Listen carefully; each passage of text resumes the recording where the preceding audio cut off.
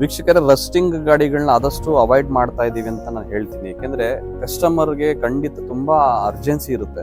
Sir ಗಾಡಿ ಬಿಡ್ಬೇಕಾದಾಗ ತುಂಬಾ ಖುಷಿಯಾಗಿ ಬಿಡ್ತಾರೆ. ನಾವು 3 months ಟೈಮ್ ತಗೊಂಡಿರ್ತೀವಿ, ಆದ್ರೂ ಕೂಡ 1 monthಗೆ ಸರ್ ಗಾಡಿ ರೆಡಿ ಆಯ್ತಾ ಅಂತ ಕೇಳ್ತಿರ್ತಾರೆ. ಬಟ್ ಆಕ್ಚುಲಿ ಗಾಡಿ ಕಂಡೀಷನ್ ಅವ್ರಿಗೆ ಗೊತ್ತಿರೋದಿಲ್ಲ. ನೋಡಿ, ಈ ವೆಹಿಕಲ್ದು ಬಿಫೋರ್ ವಿಡಿಯೋಸ್ ನೋಡ್ಬಿಟ್ರೆ ನೀವೇ ಶಾಕ್ ಆಗ್ತೀರಾ. ಈ ವೆಹಿಕಲ್ ಆಲ್ಮೋಸ್ಟ್ ಸ್ಕ್ರಾಪ್ ಕಂಡೀಷನ್ ಅಲ್ಲಿ ಇತ್ತು. ಕಂಪ್ಲೀಟ್ ರಸ್ಟಿಂಗ್ ಫಾರ್ಮೇಶನ್ ಸ್ಟಾರ್ಟ್ ಆಗಿತ್ತು. ಈ ವೆಹಿಕಲ್ ದಾವಣಗೆರೆಯಿಂದ ಬಂದಿದೆ.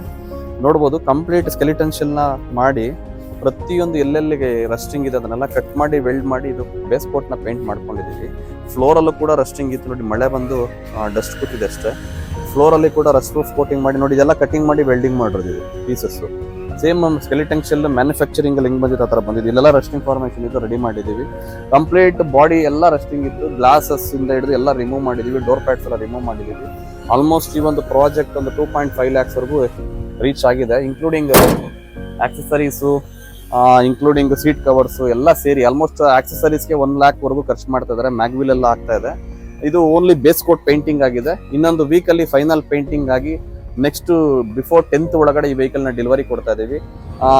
ನೋಡ್ಬೋದು, ಫ್ರಂಟ್ ಅಲ್ಲೂ ಕೂಡ ರಸ್ಟಿಂಗ್ ಇದನ್ನೆಲ್ಲ ರಿಮೂವ್ ಮಾಡಿದೀವಿ, ಸ್ಕೆಲಿಟನ್ ಶೆಲ್ ಮಾಡ್ಕೊಂಡಿದೀವಿ. ಫಿನಿಶಿಂಗ್ ಮಾತ್ರ ಹೊಸ ಗಾಡಿ ತರ ಲುಕ್ ಬರ್ತಾ ಇದೆ.